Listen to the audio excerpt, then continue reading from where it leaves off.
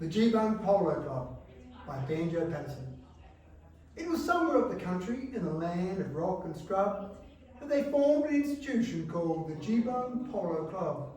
They were long and wiry natives from the rugged mountainside, and the horse was never saddled that the Geebungs couldn't ride.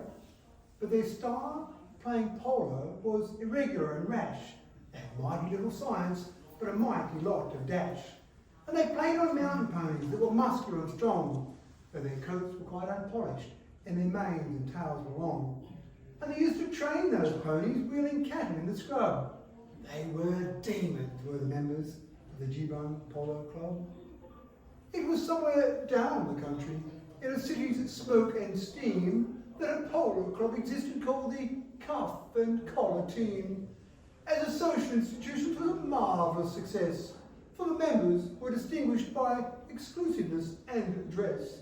They had natty little ponies that were nice and smooth and sleek, for their cultivated owners only rode them once a week.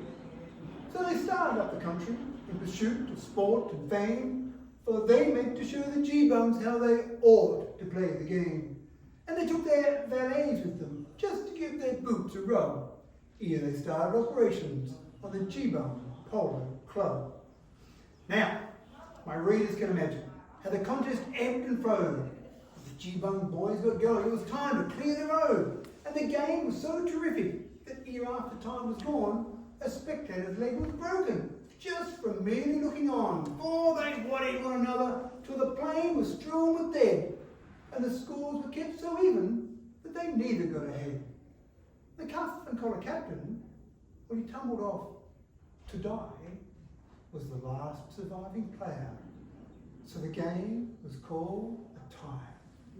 Then the captain of the Geebungs raised him slowly from the ground. Though his wounds were mostly mortal, yet he fiercely gazed around. There was no one to oppose him, all the rest were in a trance. So he scrambled on his pony for his last expiring chance, for he meant to make an effort to get victory to his side. So he struck a goal and missed it.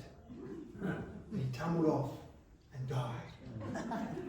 By the old Campaspe River, where the breeze had shaped the grass, there's a row of little gravestones that the stockmen never pass. For they bear a crude inscription saying, "Stranger, drop a tear, for the cuff and collar players and the Geebung boys lie here." And on misty, moonlit evenings, while the dingoes howl around, you can see their shadows flitting down that phantom polo ground. You can hear the loud collisions as the flying players meet, and the rattle of the mallets and the rush of ponies' feet, till the terrified spectator rides like blazes to the pub. He's been haunted by the spectres of the Geebung Polo